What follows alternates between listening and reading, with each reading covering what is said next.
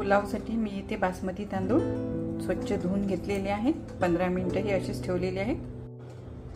कोथिंबीर मी इथे कट करून घेतलेली आहे. फ्रेंच बीन्स कट करून घेतलेले आहे. त्यानंतर गाजर मी लांब कट करून घेतलेला आहे. लांब हिरव्या मिरच्या कट करून घेतलेल्या आहे. थोडा कढीपत्ता, जिरे आणि हा पुलाव मसाला. पुलाव मसाल्यामध्ये मिरे, लवंग, इलायची, त्यानंतर कलमी हे सर्व मी भाजून आणि बारीक करून घेतलेलं आहे. त्यानंतर आपल्याला मीठ पाहिजे आहे. इथे मी कुकर घेतलेला आहे. त्यामध्ये तूप घातलेलं आहे. आता आपण पहिले जिरे घालूया, इलायची घालूया, कढीपत्ता घालूया, हिरवी मिरची, गाजर, फ्रेंच बीन्स सर्व मिक्स करून घेऊया.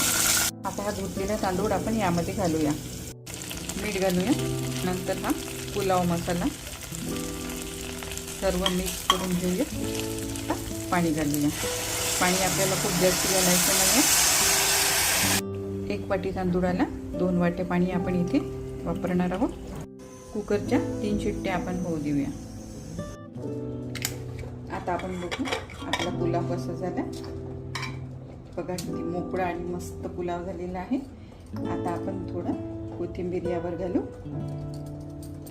इथे बघू शकता आपला एक एक तांदूळ वेगळा वेगळा झालेला आहे. साजूक तुपातला हा पुलाव आपला रेडी आहे. तुम्हाला जर ही माझी रेसिपी आवडली असेल तर नक्की लाईक करा आणि माझ्या चॅनलला सबस्क्राईब करायचं विसरू नका.